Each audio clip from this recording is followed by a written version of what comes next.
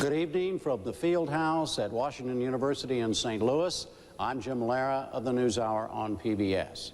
And I welcome you to this third and final Campaign 2000 debate between the Democratic candidate for president, Vice President Al Gore, and the Republican candidate, Governor George W. Bush of Texas. Let's welcome the candidates now.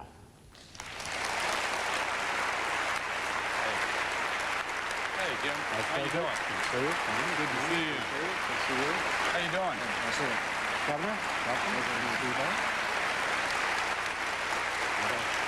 Nice to see you. Howdy. How are you all?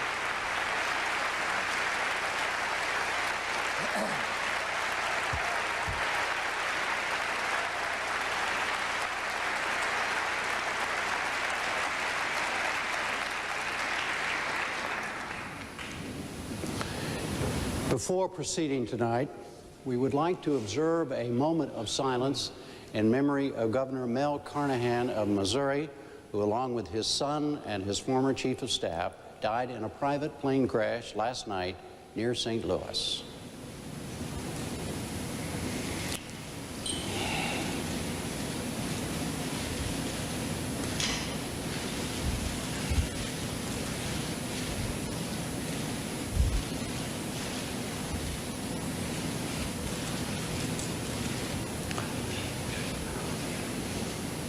A reminder, as we continue now, that these debates are sponsored by the Commission on Presidential Debates.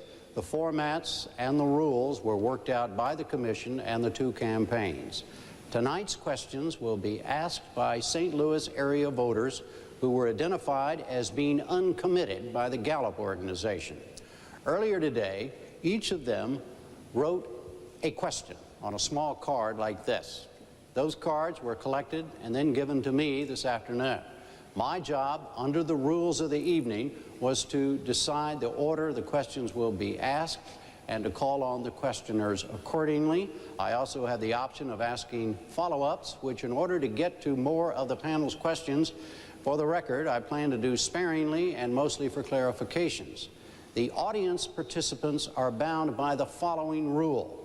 They shall not ask follow-up questions or otherwise participate in the extended discussion, and the questioner's microphone will be turned off after he or she completes asking the question. Those are the rules. As in Winston-Salem last week, no single answer or response from a candidate can exceed 2 minutes. There is an audience here in the hall, and they have promised to remain absolutely quiet, as did their predecessors this year in Boston, Danville, and Winston-Salem. Before we begin, a correction from last week's debate. I was wrong when I said Vice President Gore's campaign commercials had called Governor Bush a bumbler. That specific charge was made in a press statement by Gore campaign spokesman Mark Fabiani, not in a TV guide. I'm glad you clarified that. In a TV ad. Now, let's go to the first question. Of over the 130 questions we received from this panel, we will begin with one of the 19 on health issues, and it goes to you, Mr. Vice President, and it will be asked by James Hankins. Mr. Hankins? How do you feel about HMOs and insurance companies making the critical decisions that affect people's lives instead of the medical professionals? And why are the HMOs and insurance companies not held accountable for their decisions? Mr. Hankins, I don't feel good about it, and I think we ought to have a patient's bill of rights to take the medical decisions away from the HMOs and give them back to the doctors and the nurses. I want to come back and tell you why, but if you will forgive me, I would like to say something right now at the beginning of this debate, following on the moment of silence for Mel Carnahan and Randy Carnahan and Chris Sifford. Tipper and I were good friends with Mel and Randy, and I know that all of us here want to extend our sympathy and condolences to Gene and the family and to the Sifford family. And I'd just like to say that this debate, in a way, is a living tribute to Mel Carnahan, because he loved the vigorous discussion of ideas in our democracy. He was a fantastic governor of Missouri. This state became one of the top 5 in the nation for health care coverage for children under his leadership. One of the best in advancing all kinds of benefits for children to grow up healthy and strong. And of course, this debate also takes place at a time when the tragedy of the USS Cole is on our minds and hearts. And insofar as the memorial services tomorrow, I would like to also extend sympathy to the families of those who have died and those who are still missing, and the injured.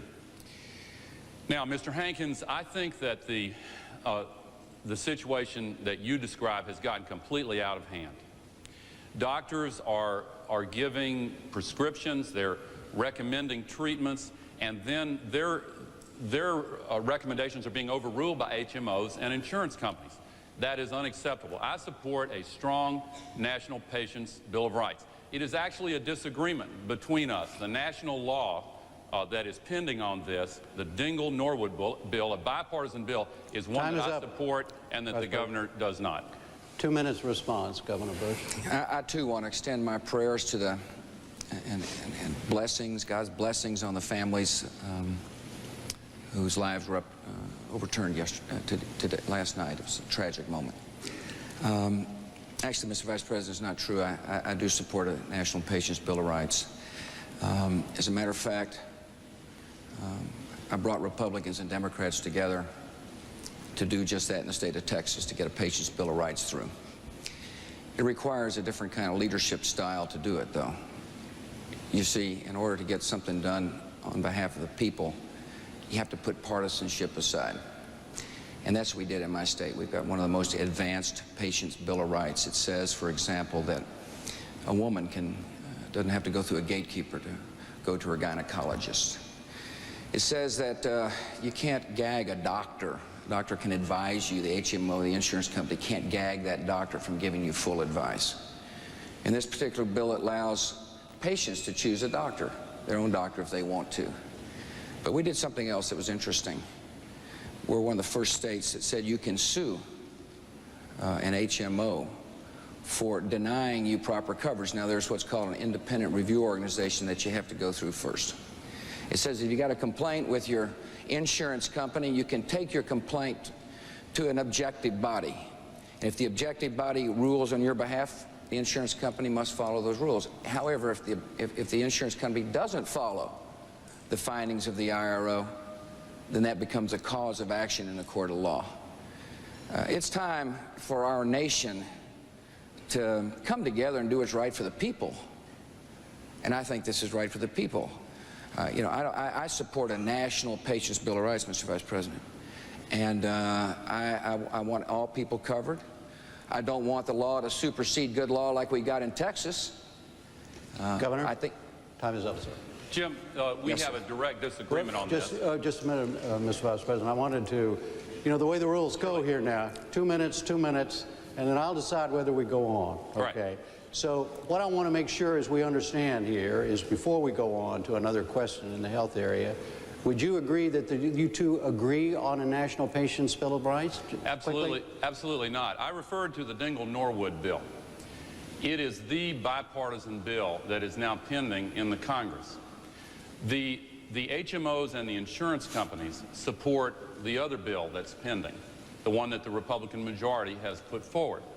They like it because it doesn't accomplish what I think really needs to be accomplished, to give the decisions back to the doctors and nurses and to give you a right of appeal to somebody other than the HMO or insurance company, let you go to the nearest emergency room without having to call an HMO before you call 911, to let you see a specialist if you need to.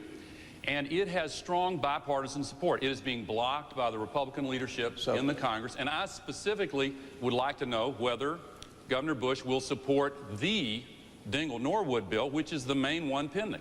Governor Bush, you may answer that if you'd like, but also I'd like to know how you see the differences between the two of you, and we need to move on. Well, the difference is that I can get it done. That I can get something positive done on behalf of the people. That's what the question in this campaign is about. It's not only what's your philosophy and what's your position on issues, but can you get things done? And I believe I can. All right. What about the Dingell-Norwood bill? All right, we're going to go now. I'm not quite through. Let me finish. All right, yes, go. I talked about the principles and the issues that I think are important in a patient's Bill of Rights. You know, there's this kind of Washington, D.C. focus, well, it's in this committee, or it's got this sponsor. If I'm the president, we're going to have emergency room care, we're going to have gag orders, women will have direct access to OB/GYN, people will be able to take their HMO insurance company to court. That's what I've done in Texas, and that's the kind of leadership style I'll bring to Washington. All right, the next question also on a health issue is from, it will be asked by Marie Payne Clapey. And it goes to Governor Bush. Are either of you concerned with... I can go put my glasses on. Here you go. I've got...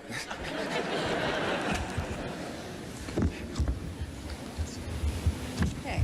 Are either of you concerned with finding some feasible way to lower the price of pharmaceutical drugs, such as education on minimizing intake, revamp of the FDA process, or streamline the drug companies' procedures instead of just finding more money to pay for them?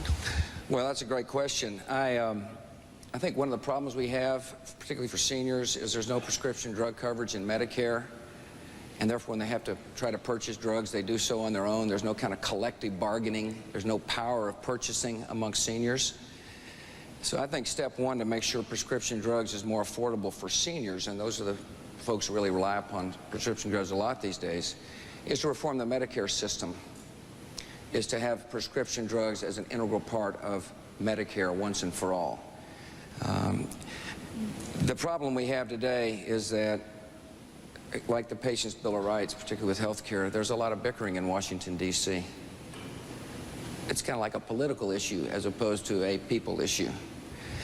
So what I want to do is I want to call upon Republicans and Democrats to forget all the arguing and finger pointing and come together and take care of our seniors with a prescription drug program that says we'll pay for the poor seniors, we'll help all seniors with prescription drugs. In the meantime, I think it's important to have what's called immediate helping hand, which is direct money to states so that seniors, poor seniors, don't have to choose between food and medicine.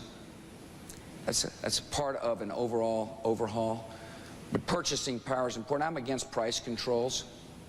I think price controls would hurt our ability to continue important research and development. Drug therapies are replacing a lot of medicines as we used to know it. One of the most important things is to continue the research and development component. And so I'm against price controls. Expediting drugs through the FDA makes sense, of course. Allowing the new bill that was passed in the Congress made sense to allow for drugs that were sold overseas to come back, and other countries to come back into the United States. That makes sense. But the best thing to do is to reform Medicare. Vice President Gore, 2 minutes. All right, here we go again.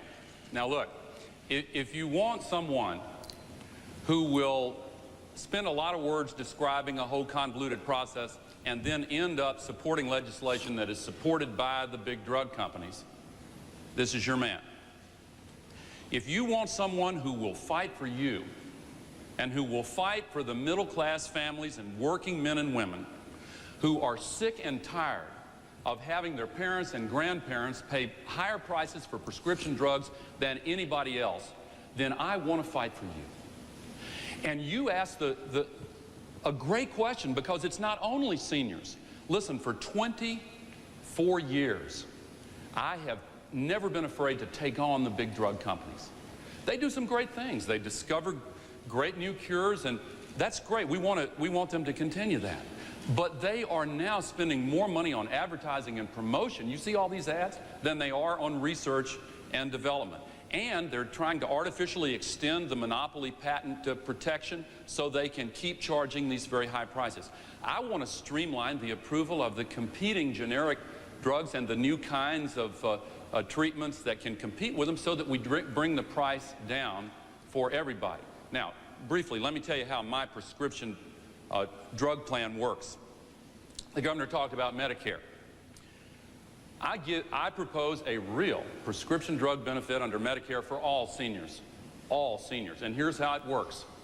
You pick your own doctor, and nobody can take that away from you. The doctor chooses the prescription that you need, and nobody can overrule your doctor. You go to your own pharmacy, and then Medicare pays half the price. If you're poor, they pay all of it. If you have extraordinarily high cost, then they pay all over $4,000 out of pocket. And I'll bring new competition to bring the price down. And if you pass the big drug companies bill, nothing will happen. All right, another health question. It comes from Vicki French, and it's for you, Vice President Gore. Vicki French, where are you? Oh, there she is. Yes.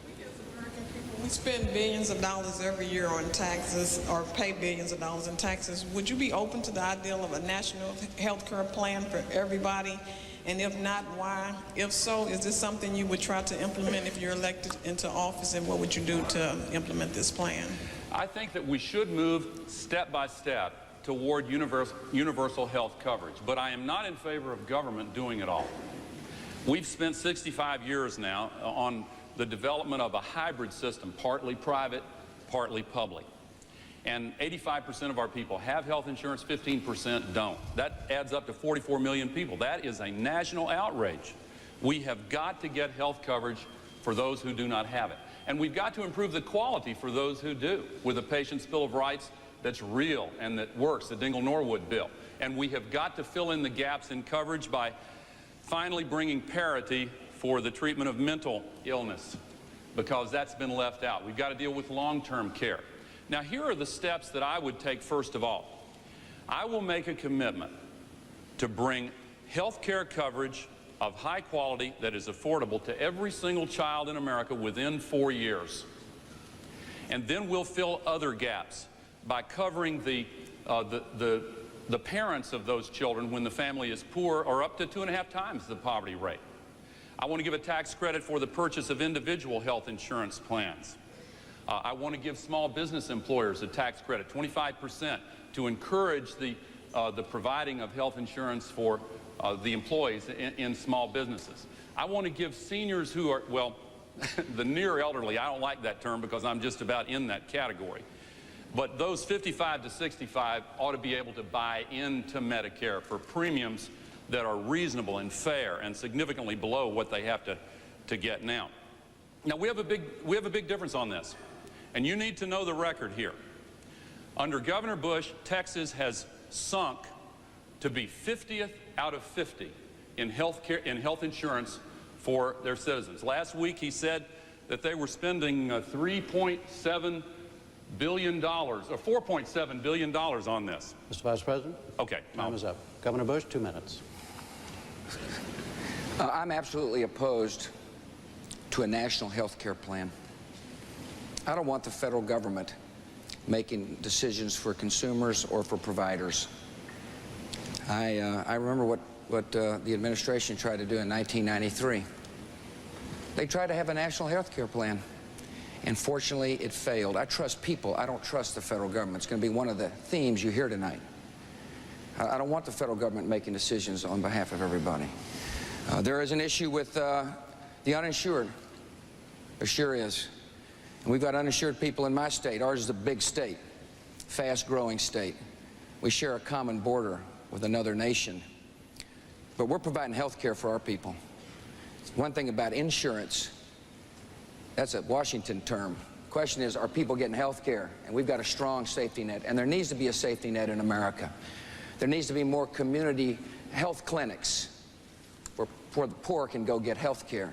We need a program for the uninsured. They've been talking about it in Washington, D.C. The number of uninsured have now gone up for the past 7 years.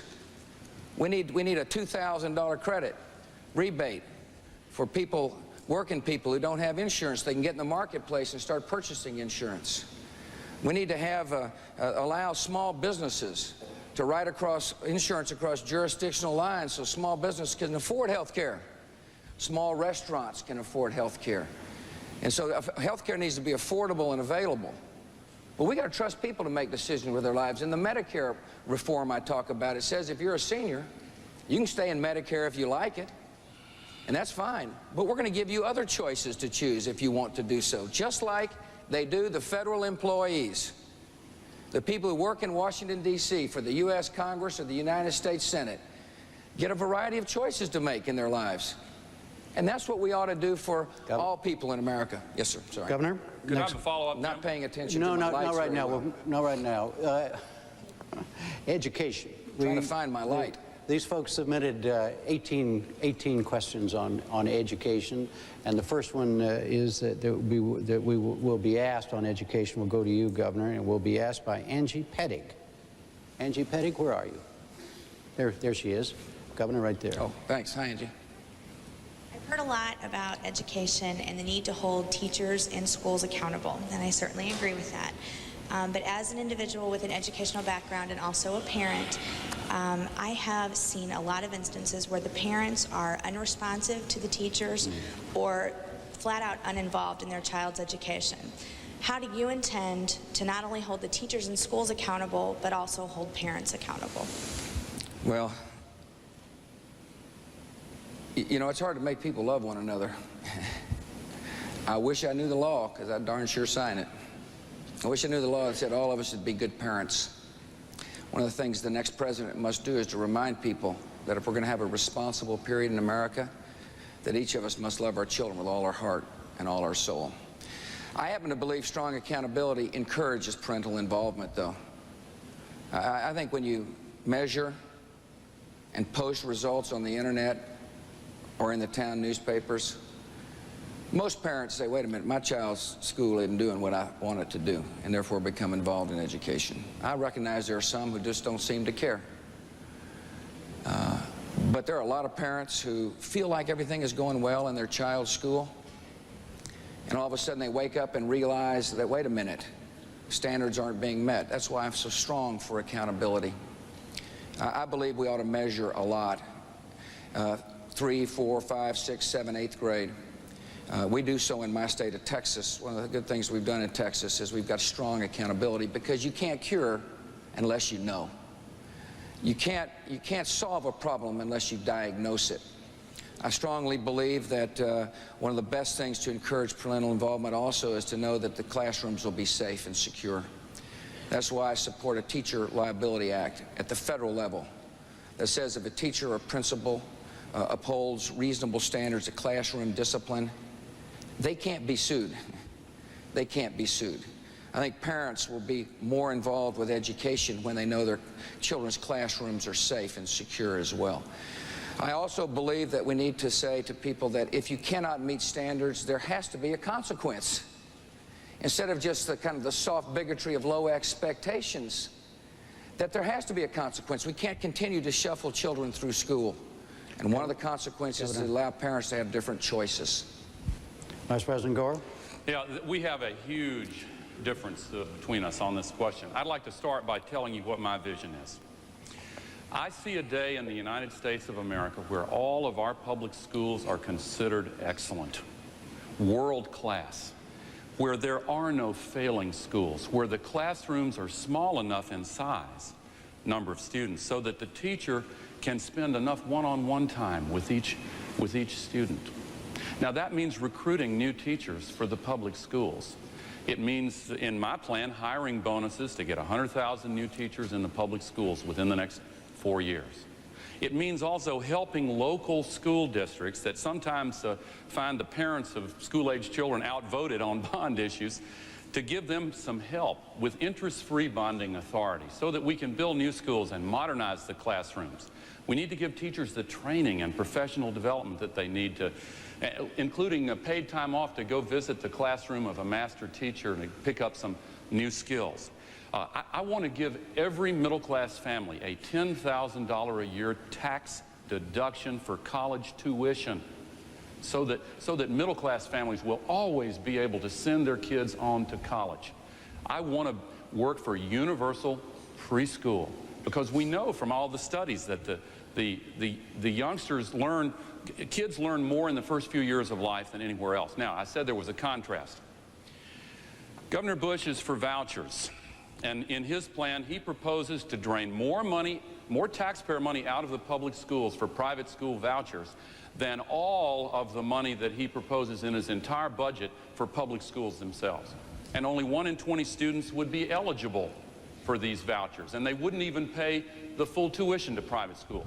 I think that's a mistake. I don't think we should give up on the private schools and leave kids trapped in failing schools. I think we should make it the #1 priority to make our schools the best in the world, all of them.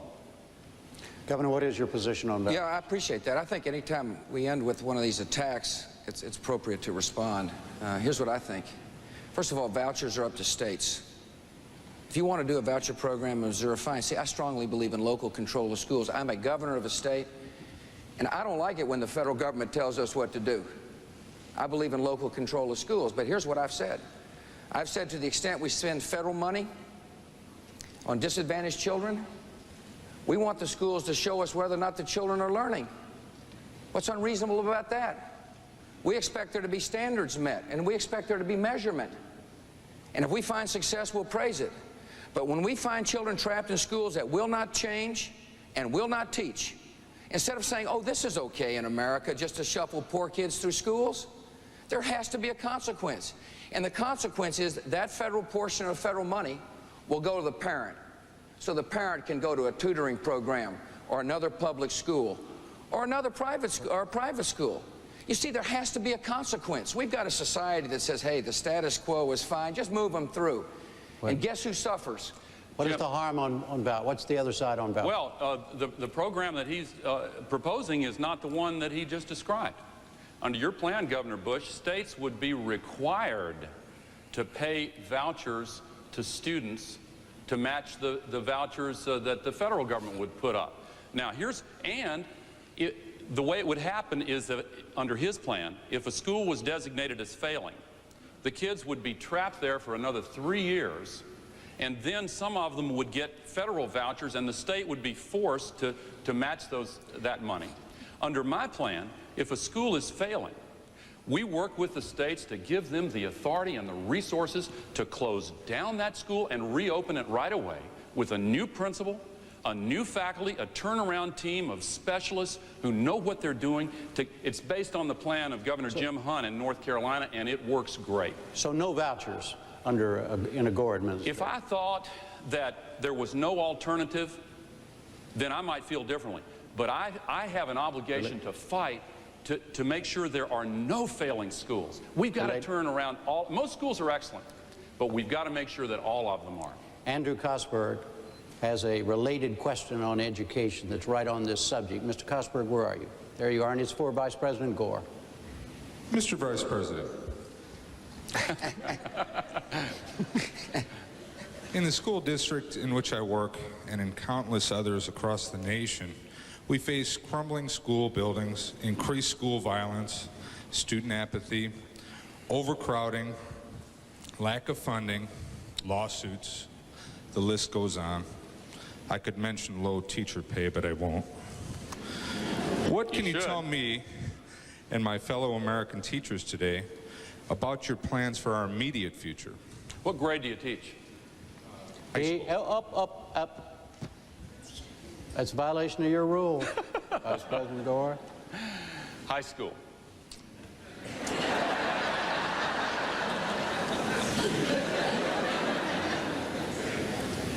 I mentioned before that the local communities are having a harder time passing bond issues. Traditionally, if you've been involved in a campaign like that, you know that the parents with kids in school are the ones that turn out and vote. It's ironic that there's now a smaller percentage of the voters made up of parents with children than ever in American history because of the aging of our population. But at the same time, we've got the largest generation of students in public schools ever. More than 90% of America's children go to public schools. And it's the largest number ever this year, and they'll break the record next year and every year for 10 years running. We've got to do something about this. And it's not enough to leave it up to the local school districts. They're not able to do it, and our future depends upon it. Look, we're in an information age. Our economic future depends upon whether or not our children are going to get the kind of education that lets them go on to college. And again, I want to make it possible for all middle-class families to send their kids to college, and more Pell Grants for those who are in the lower income groups also.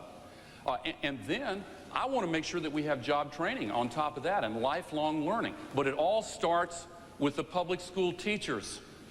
My proposal gives $10,000 hiring bonuses for those teachers who get certified to teach in the areas where they're most needed. Now, accountability, we basically agree on accountability. My plan requires testing of all students. It also requires something that Governor Bush's plan doesn't. It requires testing of all new teachers, including in the subjects that they teach. We have to start treating teachers like the professionals that they are and give them the respect and the kind of quality of life that will draw more people into teaching, because we need a lot more teachers. Governor Bush, 2 minutes. When you total up all the federal spending he wants to do, it's the largest increase in federal spending in years. And there's just not going to be enough money.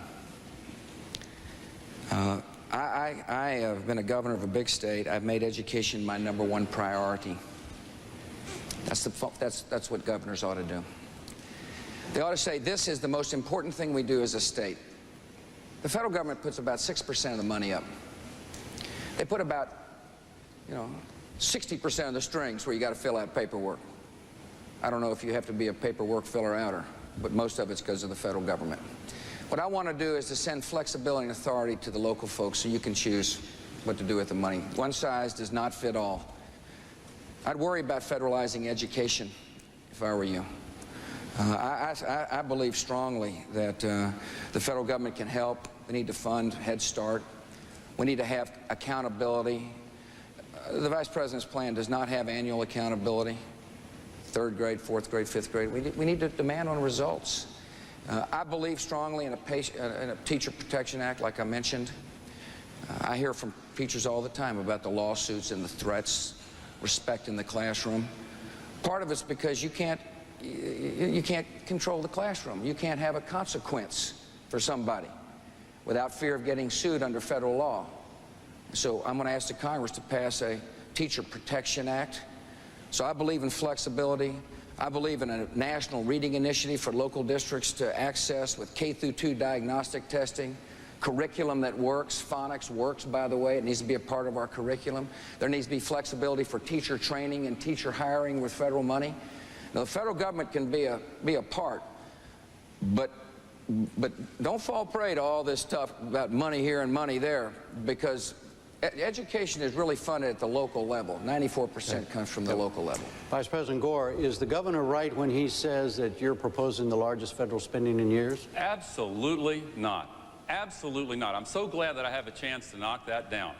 Look, the problem is that under Governor Bush's plan, $1.6 trillion tax cut, mostly to the wealthy, under his own budget numbers, he proposes spending more money for a tax cut just for the wealthiest 1% than all of the new money that he budgets for education, health care, and national defense combined. Now, under my plan, we will balance the budget every year. I'm not just saying this, I'm not just talking. I have helped to balance the budget for the first time in 30 years, pay down the debt.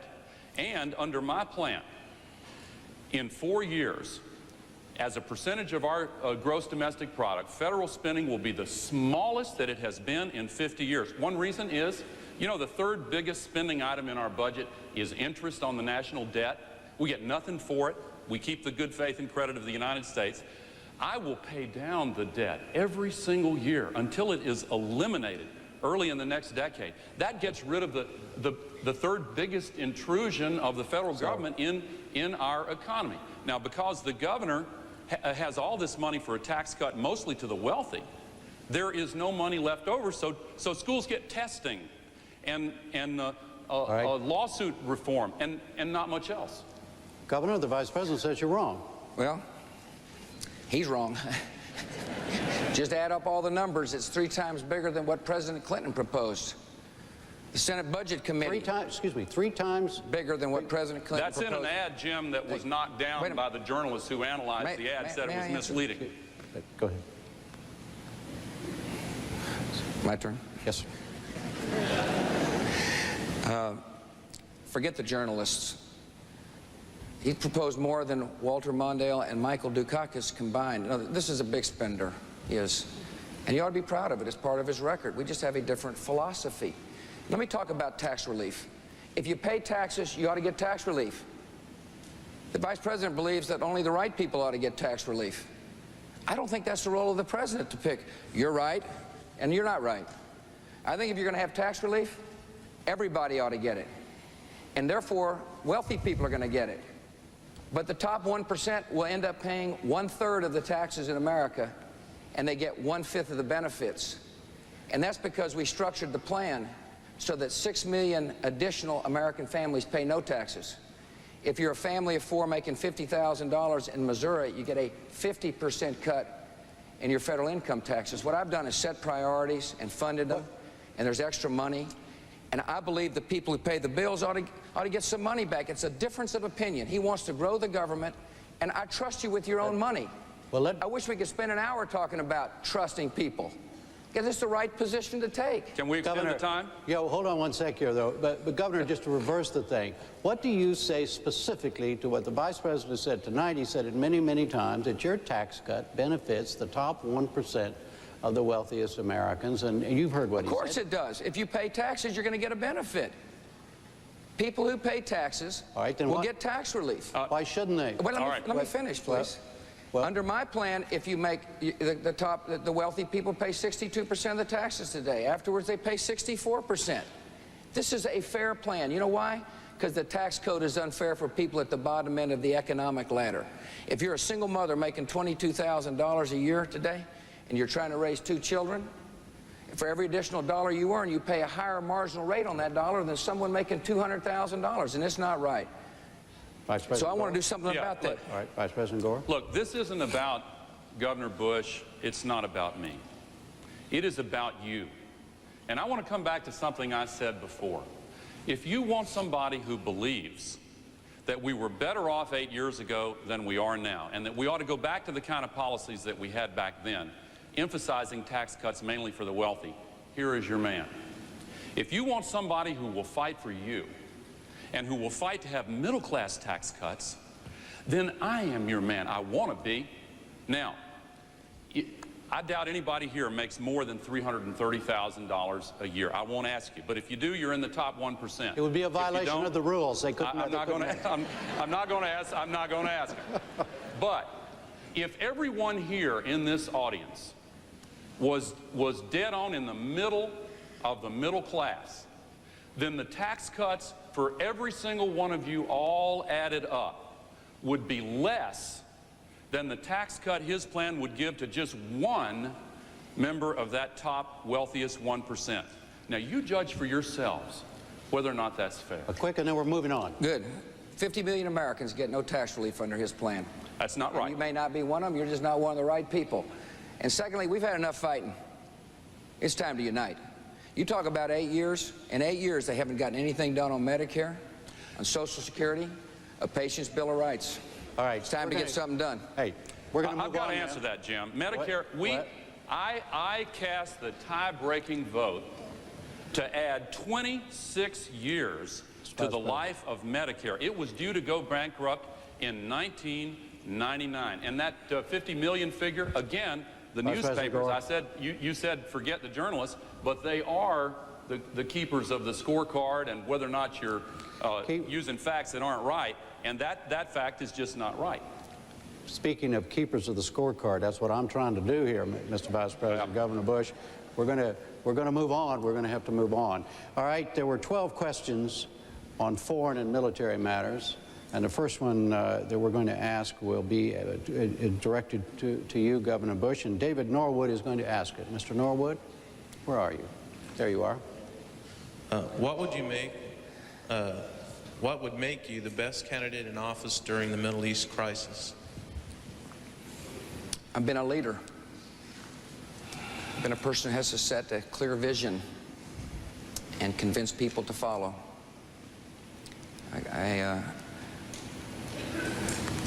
I got a strategy for the Middle East. And first, let me say that our nation now needs to speak with one voice during this time, and I applaud the President for working hard to diffuse tensions. Our nation needs to be credible and strong. When we say we're somebody's friend, everybody's got to believe it. Israel's our friend, and we'll stand by Israel. We need to reach out to moderate Arab nations as well, to build coalitions to keep the peace.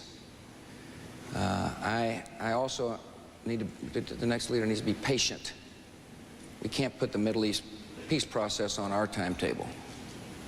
It's got to be on the timetable of the of the people that we're trying to bring to the peace table. We can't dictate the terms of peace.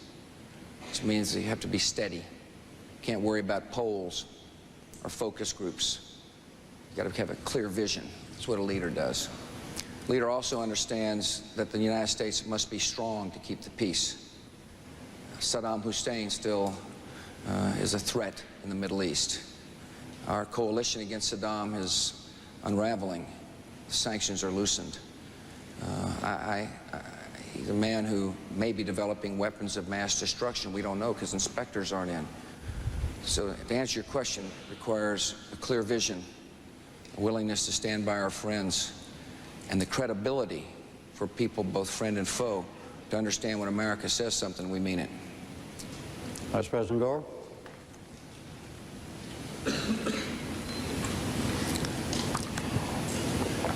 I see a future when the world is at peace with the United States of America, promoting the values of democracy and human rights and freedom all around the world. Even in Iran, they have had an election that began to bring about some change. We stand for those values, and we have to be willing to assert them. Right now, our military is the strongest in the entire history of the world. I pledge to you I will do whatever is necessary to make sure that it stays that way.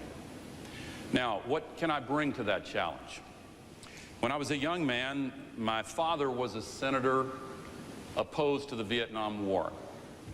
When I graduated from college, there were plenty of fancy ways to get out of going and being a part of that. I went and I volunteered, and I went to Vietnam. I didn't do the most or run the gravest risk by a long shot, but I learned what it was like to be an enlisted man in the United States Army. In the Congress, in the House of Representatives, I served on the House Intelligence Committee, and I worked hard to learn the subject of nuclear arms control and how we can defuse these tensions and deal with non-proliferation and deal with the problems of terrorism and these new weapons of mass destruction. Look, we're going to face some serious new challenges in the next 4 years. I've worked on that long and hard. When I went to the United States Senate, I asked for an assignment to the Armed Services Committee. And while I was there, I worked on a bipartisan basis, as I did in the House. I worked with former President Reagan on the modernization of our strategic weaponry. In the Senate, I was one of only 10 Democrats, along with Senator Joe Lieberman, to support Governor Bush's dad in the Persian Gulf War resolution. And for the last 8 years, I've served on the National Security Council. Could I say just one other thing here? No, sir. We'll get back. The next question is to you. And fine, I'll wait. It's a related question. It's going to be asked by Kenneth Allen. Mr. Allen? I think that he gets oh, I'm sorry, you're right. Go ahead. Mr. Allen, right there. President, today our military forces are stretched thinner and doing more than they've ever done before during peacetime. I'd like to know I think we would all like to know what you as President would do to ensure proper resourcing for the current mission and/or more selectively choosing the time and place that our forces will be used around the world. Thank you, sir. Just to finish briefly, I started to say that for the last 8 years I've been on the National Security Council, and last week I suspended campaigning for 2 days or parts of 2 days to go back and participate in the meetings that charted the President's summit meeting that he just returned from earlier today. And our country's team over there did a great job. It's a difficult situation. The United States has to be strong in order to make sure that we can help promote peace and security and stability. And that means keeping our military strong. Now, I said earlier that we are the strongest military, but we need to continue improving readiness and making sure that our military personnel are adequately paid, and that the combination of their pay and their benefits and their retirement as veterans is comparable to the stiff competition that's coming in this strong economy from the private sector. And I have supported the largest pay raise in many a year, and I support another one now. I also support modernization of our strategic and tactical weaponry. The governor's proposed skipping a generation of technology. I think that's I think that would be a mistake, because I think one of the ways we've been able to be so successful in Kosovo and Bosnia and Haiti and in other places is by having the technological edge. You know, we won that conflict in Kosovo without losing a single human life in combat, a single American life in combat. Now, readiness. The trends before I got my current job were on the decline. The number of divisions were reduced. I argued that we should reverse that trend and take it back up.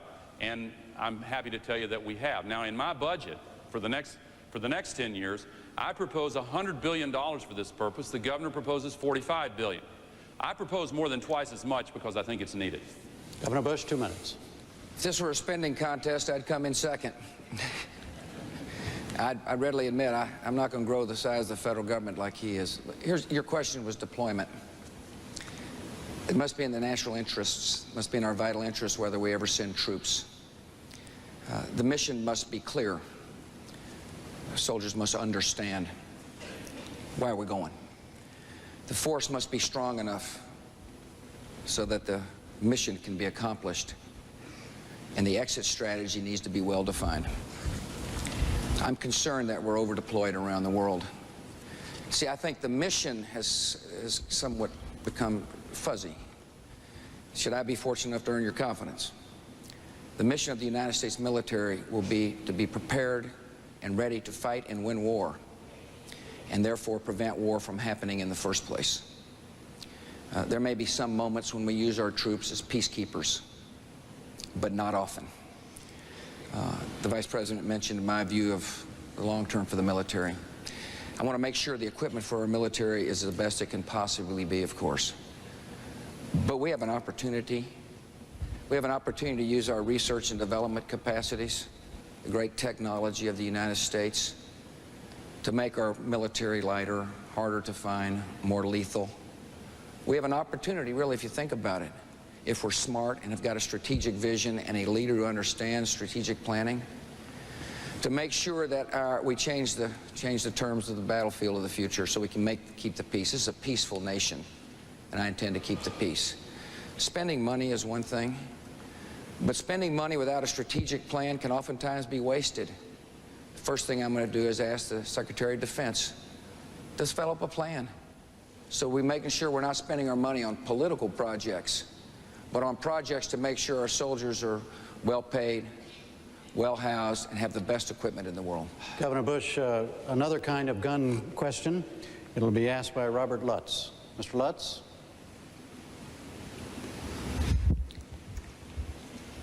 Governor Bush. Yes, sir. We'd just like to know, what is your opposition to the Brady handgun bill? I'm sorry, I didn't hear that. We'd like to know why you object to the Brady handgun bill, if you do object to it. Because on a recent TV ad, it showed that the National Rifle Association says if you are elected, that they will be working out of your office. Well, I can just see. I don't think the National Rifle Association ran that ad, but let me just tell you my position on guns in general, sir, if you don't mind. Excuse me, I'm not sure he's finished with his question, I'm sorry. Governor. I'm sorry. Well, that kind of bothers me, you know, when I see that ad like that. I wonder if you can explain that ad to me. Oh, that's fine. Well, I don't think I ran the ad. I think somebody who doesn't want me to be president might have run that ad. That wasn't my ad, and I think it might have been one of my opponent's ads. Here's what I believe, sir. I believe law-abiding citizens ought to be allowed to protect themselves and their families. I believe that we ought to keep guns out of the hands of people who shouldn't have them. That's why I'm for instant background checks at gun shows. I'm for trigger locks. I think that makes sense. Matter of fact, we distributed free trigger locks in the state of Texas so that people can get them and put them on their guns to make their guns more safe. I think we ought to raise the age at which juveniles can have a gun. But I also believe strongly that we need to enforce laws on the books, that the best way to make sure that we keep our society safe and secure is to hold people accountable for breaking the law. If we catch somebody illegally selling a gun, there needs to be a consequence. If we keep somebody, you know, illegally using a gun, there needs to be a consequence. Enforcement of law, and the federal government can help. There's a great program called Project Exile in Richmond, Virginia, where we focused federal taxpayers' money and federal prosecutors and went after people who were illegally using guns. To me, that's how you make society the safest it can be. And so, yeah, sometimes I agree with some of these groups in Washington, and sometimes I don't. I'm a pretty independent thinker. But one thing I'm for is a safe society. And I'm for enforcing laws on the books, and that's what's going to happen should I earn your confidence. Vice President Gore? Well, it was not one of my ads either, Governor. But I am familiar with the statement, and it was made by one of the top-ranking officials of that organization. Let me tell you my position. I think that some common-sense gun safety measures are certainly needed with the flood of cheap handguns that have sometimes been working their way into the hands of the wrong people. But all of my proposals are focused on that problem, gun safety. None of my proposals would have any effect on hunters or sportsmen or people who use rifles. They're aimed at the real problem. Let's make our schools safe. Let's make our neighborhoods safe. Let's have a 3-day waiting period, cooling off, so we can have a background check to make sure that criminals and people who really shouldn't have guns don't get them. But I'd like to use my remaining time on this exchange, Jim, to respond to an exchange that took place just a moment ago, because a couple of times the governor has said that I am for a bigger government. Governor, I'm not. And let me tell you what the record shows. For the last 8 years, I have had the challenge of running the streamlining program called Reinventing Government. And if there are any federal employees in this group, you know what that means. The federal government has been reduced in size by more than 300,000 people. And it's now the smallest number that we have had the smallest in size since John Kennedy's administration. During the last 5 years, Texas's government has gone up in size. Federal government has gone down. Texas's government has gone up. Now, my plan for the future, I see a time when we have smaller, smarter government where you don't have to wait in line because you can get services online. Cheaper, better, faster. We can do that. Steve Luker has a question, and it is for Vice President Gore. Mr. Luker? There you are. Vice President Gore, the family farms are disappearing and having a hard time even in the current positive economic environment. What steps would you or your administration take on agricultural policy developments to protect the family farms for this multifunctional service they perform? We've got a bumper crop this year. But that's the good news. You know what the bad news is that follows on that. The prices are low. In the last several years, the so-called freedom to farm law has, in my view, been mostly a failure. I want to change many of its provisions. Now, many here who are not involved in farming won't follow this, so just forgive me, because the 2% of the country that is involved in farming is important because the rest of us wouldn't eat except for them. And you guys have been having a hard time, and I want to fight for you. I want to change those provisions. I want to restore a meaningful safety net. And I think that you pointed the way in your comments, because when you say there are multiple things accomplished by farmers, you're specifically including conservation and protection of the environment. And yes, farmers are the first environmentalists. And when they decide not to plow a field that is vulnerable to soil erosion, that may cost them a little money, but it helps the environment. I think that we ought to have an expanded conservation reserve program. And I think that the environmental benefits that come from sound management of the land ought to represent a new way for farmers to get some income that will enable you to make sensible choices in crop rotation and when you leave the land fallow and the rest. Now, I'll go beyond that and say I think we need much more focused rural economic development programs. I see a time when the internet-based activities are more available in the rural areas and where the extra source of income that farm families used to have from shoe factories is replaced by an extra source of income from working in the information economy. So we need to do a lot of things, but we ought to start with a better safety net. Governor Bush, 2 minutes. I'd like our farmers feeding the world. We're the best.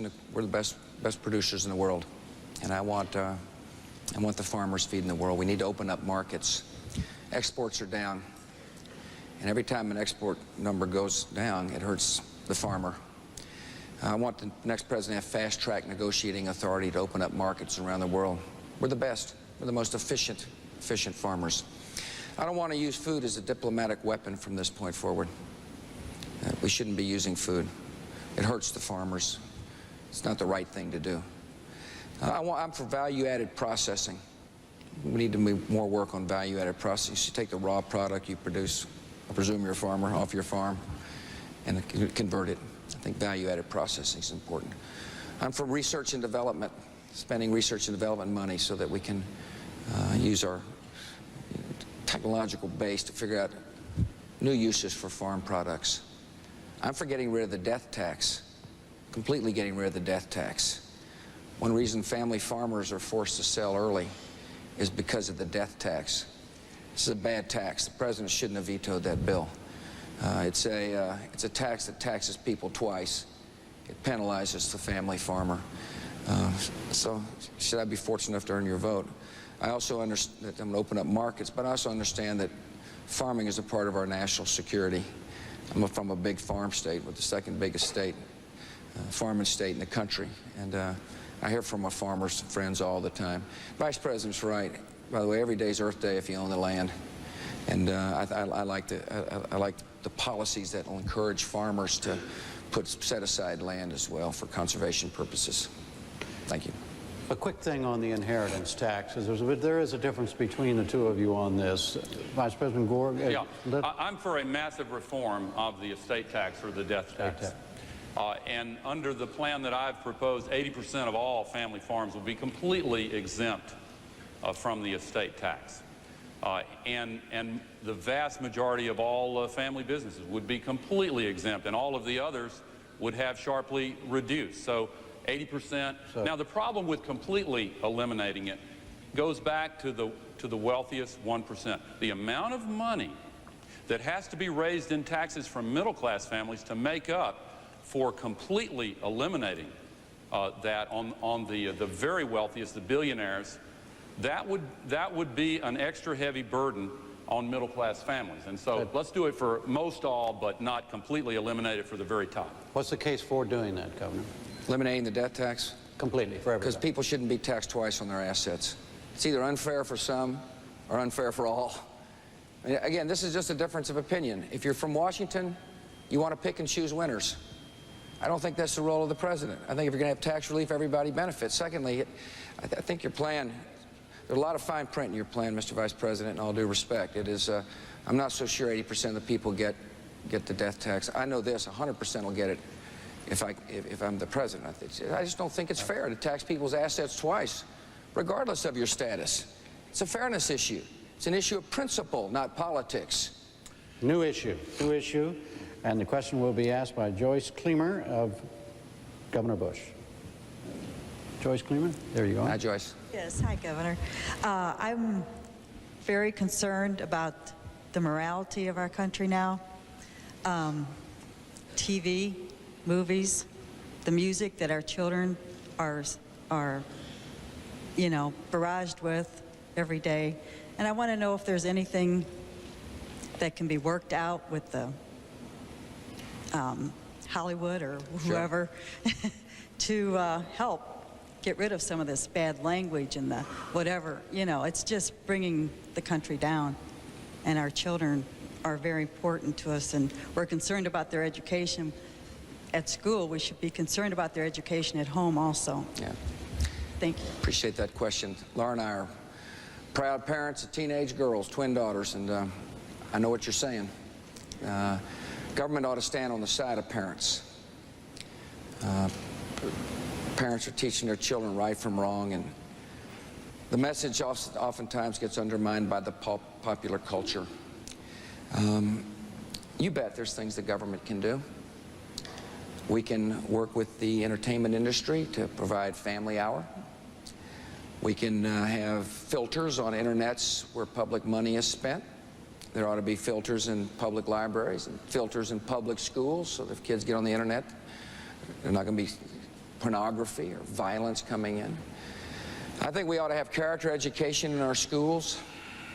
I know that doesn't directly talk about Hollywood, but it does reinforce the values you're teaching. I greatly expand character education funding so that public schools will teach children values which have stood the test of time.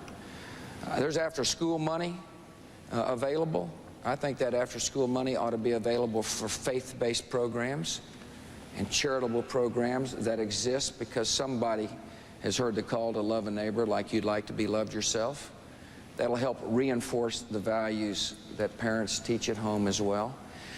Ours is a great land, and one of the reasons why is because we're free, and so I don't support censorship, but I do believe that we ought to talk plainly to the Hollywood moguls and people who produce this stuff and explain the consequences. I think we need to have rating systems that are clear. And I happen to like the idea of having technology for the TV, easy for parents to use, so you can tune out these programs that you don't want in your house.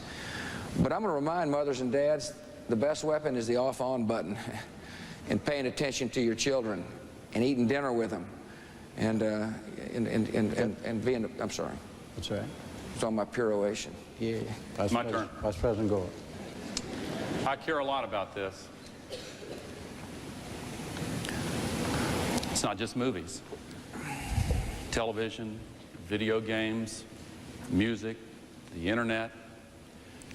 Parents now feel like you have to compete with the mass culture in order to raise your kids with the values that you want them to have.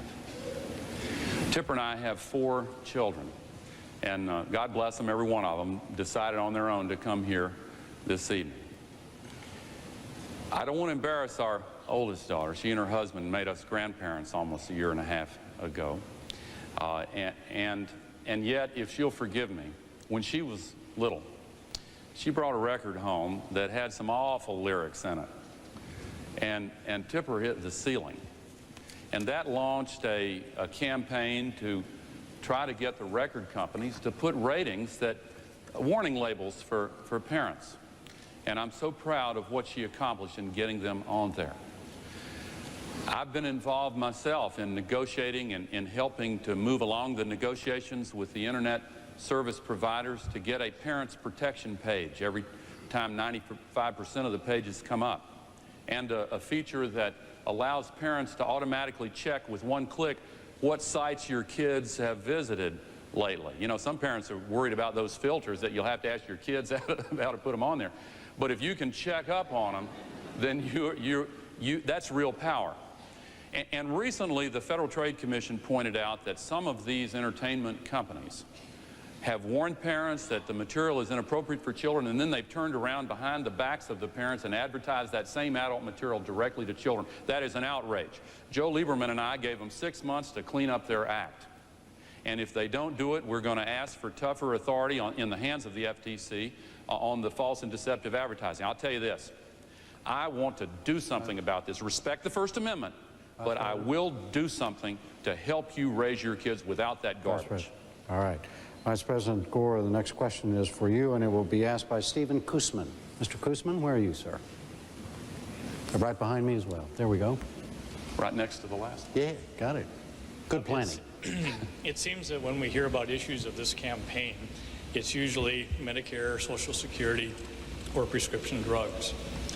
As a college professor, I hear a lot of apathy amongst young people who feel that there are no issues directed to them. Yeah. And they don't plan to vote. Yeah. How do you address that? We've got to change it. I spend a good deal of time talking to young people, and in my standard speech out there on the stump, I usually end my speech by saying, I want to ask you for something, and I want to direct it especially to the young people in the audience. And I want to tell you what I tell them. Sometimes people who are very idealistic and have great dreams, as young people do, are apt to stay at arm's length from the political process because they think their good hearts might be brittle. And if they invest their hopes and allow themselves to believe then they're going to be let down and disappointed.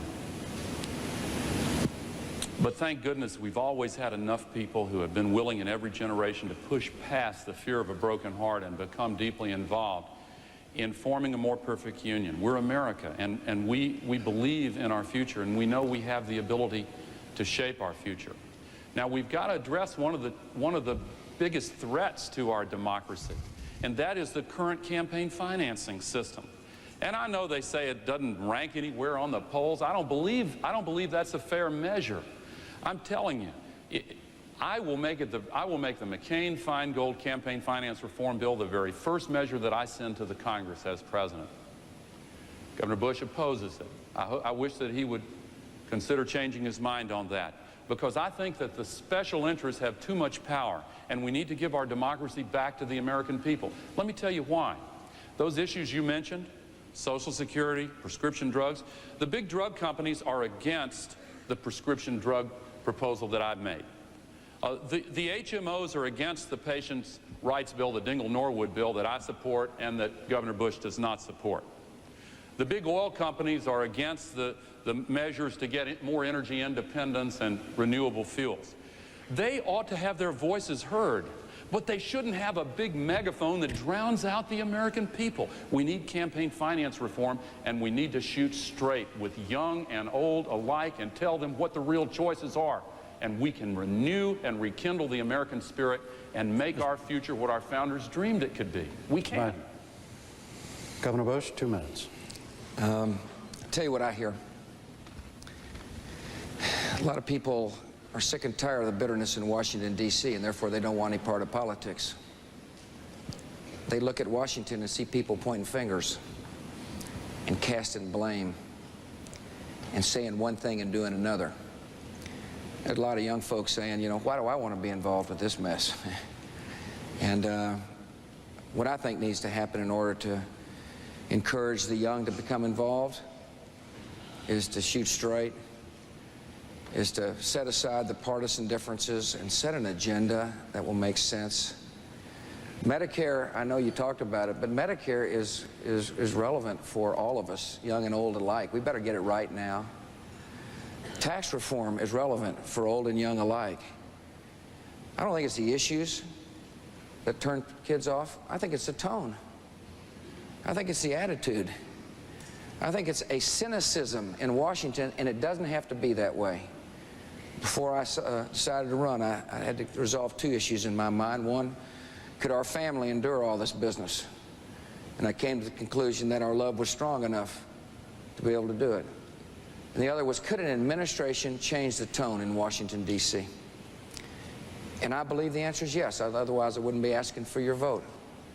That's what happened in Texas. We worked together. There's a man here in this audience named Hugo Berlanga. He's the chairman of the Health Committee. He came here for a reason, to tout our record on health in Texas. He's a Democrat. I didn't care whether you're a Republican or Democrat. What I cared about is, could we work together? That's what Washington, D.C. needs. And finally, sir, to answer your question, it needs somebody in office who'll tell the truth. That's the best way to get people back in the system. Governor Bush, Norma Kirby has the next question, and it's for you. Norma Kirby, Okay. where are you?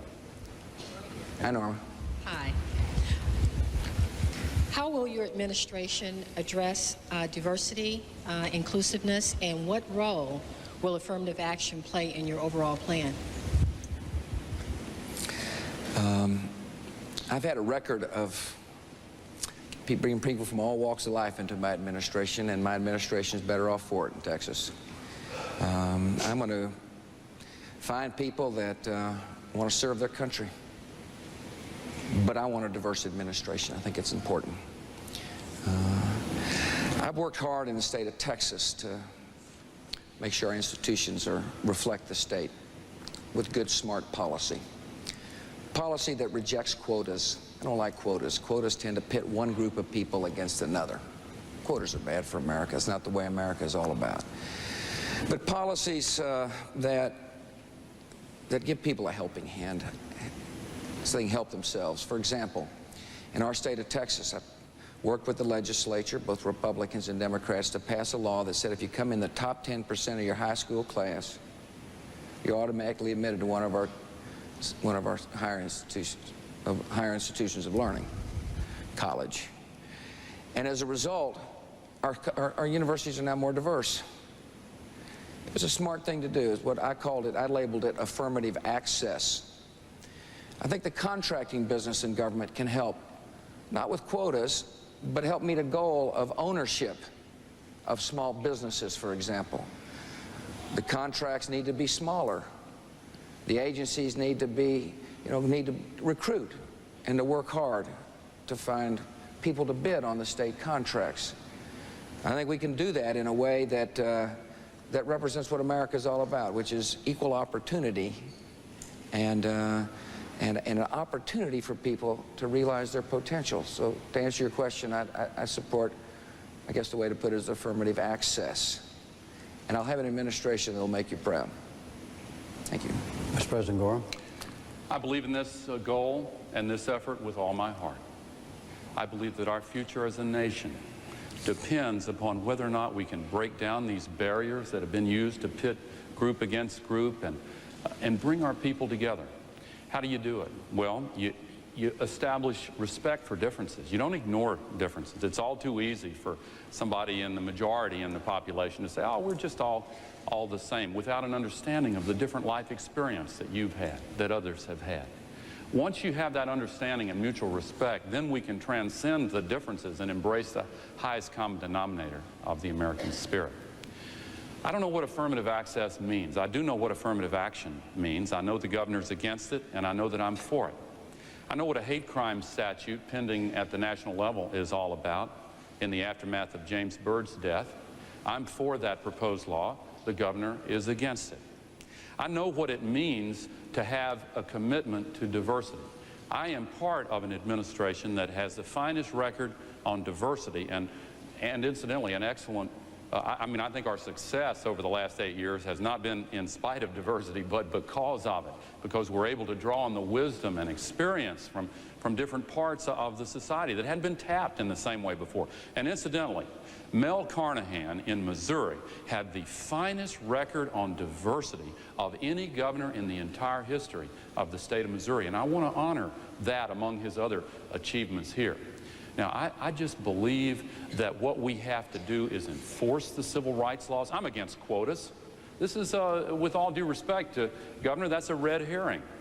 Affirmative action isn't quotas. I'm against quotas. They're illegal. They're against the American way. Affirmative action means that you take extra steps to acknowledge the history of discrimination and injustice and prejudice and bring all people into the American dream because it helps everybody, not just those who are directly benefited. Governor, are you opposed to affirmative action? No, if affirmative action means quotas, I'm against it. If affirmative action means what I just described, what I'm for, then I'm for it. You heard what I was for. Vice President keeps saying I'm against things. You heard what I was for, and that's what I support. What about, Mr. Vice President, you heard what he said. He said if affirmative action means quotas, he's against it. Affirmative action doesn't mean quotas. Are you for it without quotas? Well, I may not be for your version, Mr. Vice President, but I'm for what I just described to the lady. Are you for what the Supreme Court says is a constitutional way of having affirmative action? Jim, just... Let's go on to another and it's a question... No, it doesn't speak for itself, Mr. Vice President. It speaks for the fact that there are certain rules in this that we all agree to, but evidently rules don't mean anything. The question is for you, Vice President Gore, and Lisa Key will ask it. Lisa Key, where are you? There we go, sorry. How will your tax proposals affect me as a middle-class, 34-year-old single person with no dependents? If you make less than $60,000 a year and you decide to invest $1,000 in a savings account, you'll get a tax credit, which means in essence that the federal government will match your $1,000 with another $1,000. If you make less than $30,000 a year and you put $500 in a savings account, the federal government will match it with $1,500. If you make more than $60,000 up to $100,000, you'll still get a match, but not as generous. You will get access to lifelong learning and education, help with tuition if you want to get a new skill or training. If you want to purchase health insurance, you will get help with that.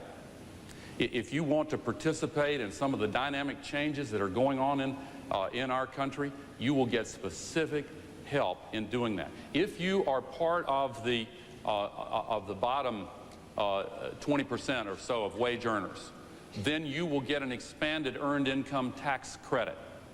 Now, the tax relief that I propose is directed specifically at middle income individuals and families. And if you have an elderly parent or grandparent who needs long-term care, then you will get help with that. $3,000 tax credit to help your expenses in taking care of a loved one who needs long-term care. Governor Bush? Right. Let me just say, this business about kind of the entitlement he tried to describe about savings, matching savings here and matching savings there, if fully funded, is going to cost a whole lot of money, a lot more than we have. You're going to get tax relief under my plan. You're not going to be targeted in or targeted out. Everybody who pays taxes is going to get tax relief. If you take care of an elderly in your home, you're going to get the personal exemption increased. I think also what you need to think about is not the immediate, but what about Medicare? You get a plan that will include prescription drugs, a plan that will give you options. Now, I hope people understand that Medicare today is important, but it doesn't keep up with the new medicines. If you're a Medicare person, on Medicare, you don't get the new procedures. You're stuck in a time warp in many ways. So it'll be a modern Medicare system that trusts you to make a variety of options for you. You're going to live in a peaceful world. It'll be a world of peace because we're going to have a clear-sighted foreign policy based upon a strong military and a mission that stands by our friends, a mission that doesn't try to be all things to all people, a judicious use of the military which will help keep the peace. You'll be in a world, hopefully, that's more educated, so it's less likely you'll be harmed in your neighborhood. See, an educated child is one much more likely to be hopeful and optimistic. You'll be in a world in which fits into my philosophy. You know, the harder you work, the more you can keep. It's the American way. Government shouldn't be a heavy hand. That's what the federal government does to you. It should be a helping hand. And tax relief and the proposals I just described should be a good helping hand. Governor, next question is for you, and Leo Anderson will ask it. Mr. Anderson. Hi, Leo. What? You want a mic? In one of the last debates held, the subject of capital punishment came up. And in your response to the question, you seem overly enjoyed, as a matter of fact, proud that Texas led the nation in execution of prisoners. Sir, did I misread your response? And are you really, really proud of the fact that Texas is #1 in executions? No, I'm not proud of that. Death penalty is very serious business, Leo. It's an issue that good people obviously disagree on. I take my job seriously. And if you think I was proud of it, I think you misread me. I do. I was sworn to uphold the laws of my state. During the course of the campaign in 1994, I was asked, do you support the death penalty? I said I did, if administered fairly and justly, because I believe it saves lives. You know, I do.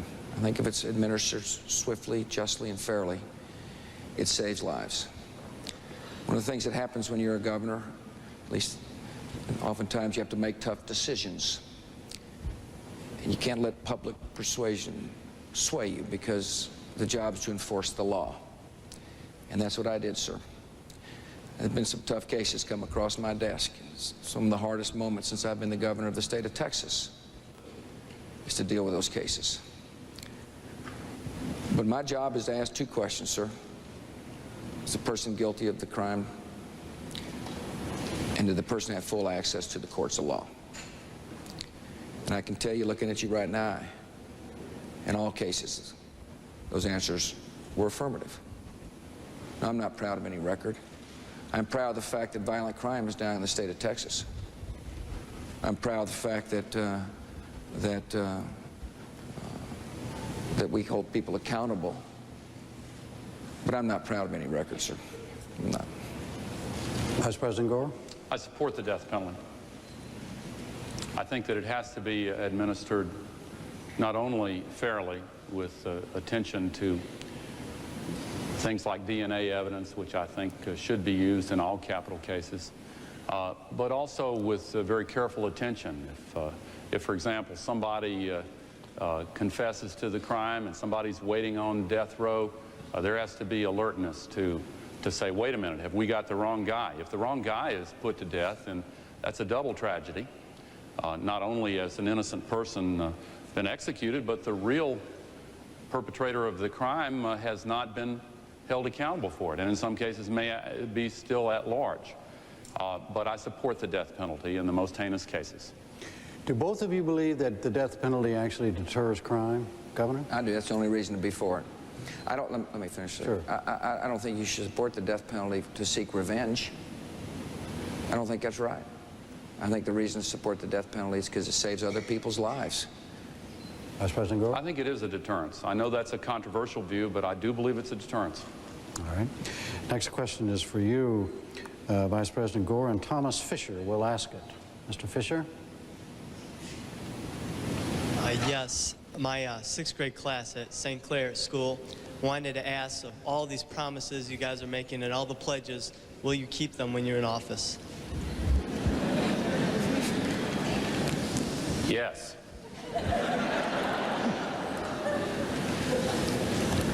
I am a person who keeps promises. And you know, we've heard a lot from the governor about not much being done in the last 8 years, as if the promises that I made 8 years ago have not been kept.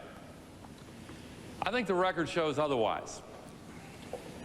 We have gone from the biggest deficits 8 years ago to the biggest surpluses in history today. Instead of high unemployment, we now have the lowest African-American unemployment, the lowest Latino unemployment ever measured, 22 million new jobs, very low unemployment nationally. Instead of ballooning the debt and multiplying it 4 times over, we have seen the debt actually begun to be paid down. Here are some promises that I'll make to you now. I will balance the budget every year. I will pay down the debt every year. I will give middle-class Americans tax cuts, meaningful ones. And I will invest in education, health care, protecting the environment, and retirement security. We both made promises in this campaign. I promise you I will keep mine. Let me tell you about one of the governors. He has promised $1 trillion out of the Social Security Trust Fund for young working adults to invest and save on their own. But he's promised seniors that their Social Security benefits will not be cut, and he's promised the same $1 trillion to them. So this is the show me state. Reminds me of the line from the movie, Show Me the Money. Which one of those promises will you keep and which will you break, Governor? Governor Bush? Thank you for your question.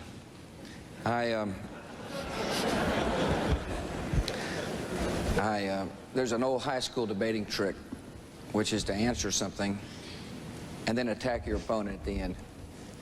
You asked about promises. You were promised that Medicare would be reformed and that Social Security would be reformed. You were promised a middle-class tax cut in 1992. It didn't happen. There's too much bitterness in Washington. There's too much wrangling. It's time to have a fresh start. One of the reasons I was successful as the governor of Texas is because I didn't try to be all things to all people. When I campaigned in a race, a lot of folks didn't think I could win, including, by the way, my mother. I said I'd do 4 things: tort reform, education reform, welfare reform, and juvenile justice reform. And I won, and I had the will of the people in my state behind me. And then I brought folks together to get it done. And that's what we need, I think, in this election. To me, that's what it's all about. I know, listen, I'm sure your 6th grade kids are listening, because these guys will say anything to get elected. But there's a record, and that's what I hope people look at. And one of my promises is going to be Social Security reform, and you bet we need to take $1 trillion out of that $2.4 trillion surplus. Now remember, Social Security revenue exceeds expenses up until 2015. People are going to get paid. But if you're a younger worker, if you're younger, you better hope this country thinks differently. Otherwise, you're going to be faced with huge payroll taxes or reduced benefits. And you bet we're going to take $1 trillion of your own money and let you invest it under safe guidelines so you get a better rate of return on the money than the paltry 2% that the federal government gets for you today. That's one of my promises. But it's going to require people to bring both Republicans and Democrats together to get it done. That's what it requires. There was a chance to get this done. There was bipartisan approach, but it's been rejected. I'm going to bring them together. To both of you on this subject, there are other questions that also go to this skepticism, not necessarily about you, but all people in politics. Why is that? Well, first of all, Jim, I'd like to respond to what the governor just said, because the $1 trillion that has been promised to young people has also been promised to older people, and you cannot keep both promises. If you're in your mid-40s, under the governor's plan, Social Security will be bankrupt by the time you retire if he takes it out of the Social Security Trust Fund. Under my plan, its solvency will be extended until you're 100. Now, that is the difference. And the governor may not want to answer that question. He may want to call it a high school debating trick. But let me tell you this. This election is not about debating tricks. It is about your future. The reason Social Security, he says it gets 2%. You know, it's not a bank account that just pays back money that's invested. It is also used to give your mothers and fathers the Social Security checks that they live on. If you take $1 trillion out of that Social Security Trust Fund, how are the checks going to be, how are you going to keep faith with the seniors? Now, let me come directly to your question. I think we have to go to the closing statements. And, well, can I answer that? One reason people are skeptical is because people don't answer the questions they've been asked. The $1 trillion comes out of the surplus so that you can invest some of your own money. There's just a difference of opinion. I want workers to have their own assets. So who you trust, government or people? Right. Now we're going to go to closing statements. Right. Vice President Gore, you're first. Thank you very much, Jim, and I'll begin by answering your questions. Your last question. I believe that a lot of people are skeptical about people in politics today because we have seen a time of great challenge for our country since the assassination of our best leaders in the 60s, since the Vietnam War, since Watergate, and because we need campaign finance reform. I'd like to tell you something about me. I keep my word. I have kept the faith. I've kept the faith with my country. I volunteered for the Army. I served in Vietnam. I kept the faith with my family. Tipper and I have been married for 30 years. We have devoted ourselves to our children and now our nearly 1.5-year-old grandson. I have kept the faith with our country. 9 times I have raised my hand to take an oath to the Constitution, and I have never violated that oath. I have not spent the last quarter century in pursuit of personal wealth. I have spent the last quarter century fighting for middle-class working men and women in the United States of America. I believe very deeply that you have to be willing to stand up and fight no matter what powerful forces might be on the other side. If you want somebody who is willing to fight for you, I am asking for your support and your vote, and yes, your confidence and your willingness to believe that we can do the right thing in America and be the better for it. We've made some progress during the last 8 years. We have seen the strongest economy in the history of the United States, lower crime rates for 8 years in a row, highest private home ownership ever. But I'll make you one promise here. You ain't seen nothing yet, and I will keep that promise. Governor Bush, 2 minutes. Well, Jim, I want to thank you and thank the folks here at Washington University and the Vice President. Appreciate the chance to have a good, honest dialogue about our differences of opinion. And I think after the 3 debates, good people of this country understand there is a difference of opinion. It's the difference between big federal government and somebody who's coming from outside of Washington who will trust individuals. I've got an agenda that I want to get done for the country. It's an agenda that says we're going to reform Medicare to make sure seniors have got prescription drugs and to give seniors different options from which they can choose. It's an agenda that says we're going to listen to the young voices in Social Security and say we're going to think differently about making sure we have a system, but also fulfill the promise to the seniors in America. A promise made will be a promise kept should I be fortunate enough to become your president. I want to rebuild the military to keep the peace. I want to make sure the public school system in America fulfills its promise so that no child, not one child, is left behind. And after setting priorities, I want to give some of your money back. See, I don't think the surplus is the government's money. I think it's the people's money. I don't think the surplus exists because of the ingenuity and hard work of the federal government. I think it exists because of the ingenuity and hard work of the American people. And you ought to have some of this surplus so you can save and dream and build. I look forward to the final weeks of this campaign. I'm asking for your vote. For those of you for me, thanks for your help. For those of you for my opponent, please only vote once. But for those who have not made up their mind, I'd like to conclude by this promise. Should I be fortunate enough to become your president, when I put my hand on the Bible, I will swear to not only uphold the laws of the land, but I will also swear to uphold the honor and the dignity, the office to which I have been elected. So help me God. Thank you very much.